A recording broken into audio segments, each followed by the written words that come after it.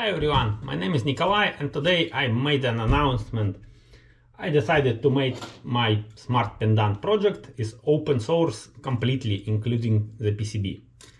In this video I will tell you why I decided not to make it open source in first place, why I changed my mind, and some explanation how to build it. So let's get started. And first, why I decided to make it closed source. It's basically to fund my hobby.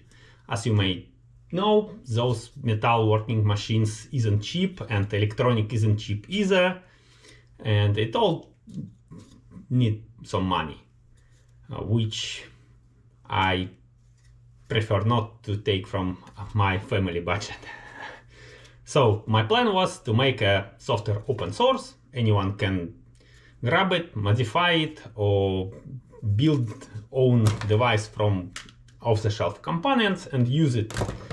Or another option, to buy device from me as ready-to-go unit, completely assembled with no any problems, just plug and play.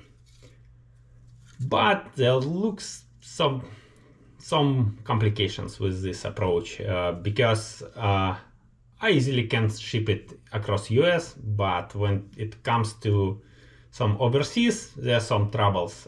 For example, I couldn't ship it to Russia or Belarus, and shipping to European Union is expensive. It around like $33 for shipping plus VAT. Tax have to be paid about like 23% or so, which makes it too expensive in my opinion. So making PCBs open source will allow people to build it themselves. And not only build, but it's released on Creative Commons license, so anyone can order PCB and then sell it for everyone who needs it. And as for funding my hobby, if you build this project and you like it and you use it and you decide to say thank you to me, you can always do it through sponsor button on GitHub.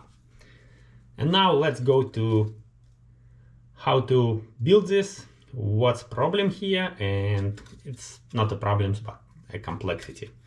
So if we look on the PCB, that's I ordered it and how I received it. And first, that some components missing, like those connectors. Technically you can order it with connector in place, but at the time when I ordered it, there wasn't enough connectors, so I decided not to put them and save some money too. Then you have to solder black pill to it, because there's no way GLC PCB or someone else will place it for you.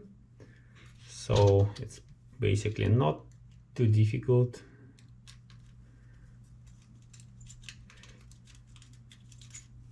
Anyway, and it's almost ready, but not quite, because we have to install the screen here. And as you may guess, those screen is placed way lower than those protruding pins, and those pins have to be trimmed. What I did, I used my milling machine to just mill it out. The height should be about 0.3–0.5 millimeters, because to glue display, VHB tape should be used, and thickness of this tape is about 0.7 millimeters. Also, you have to check where the cable is placing, and obviously not to glue tape on all these places. So it's basically those corners here, here, and here, and it will hold display really well.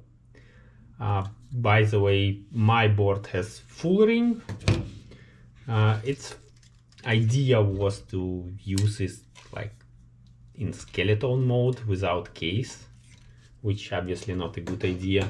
And to install in case, it have to be trimmed, but on files that I made open, it's already removed, so you don't have to worry about it.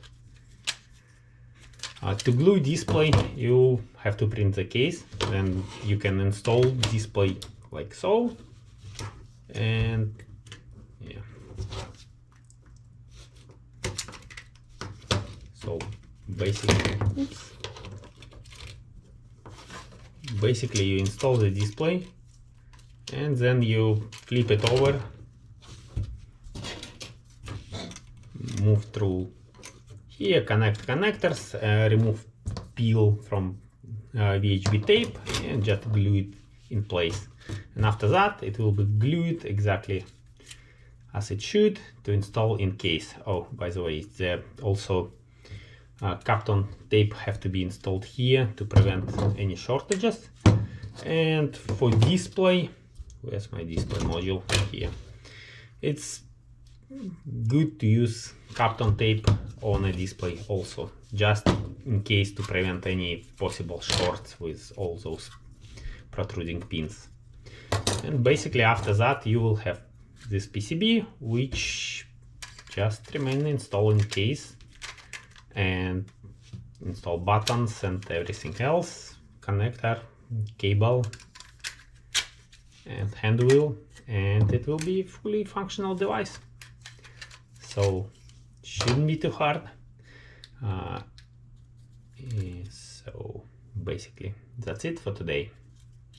Thanks for watching, and see you next time. Bye.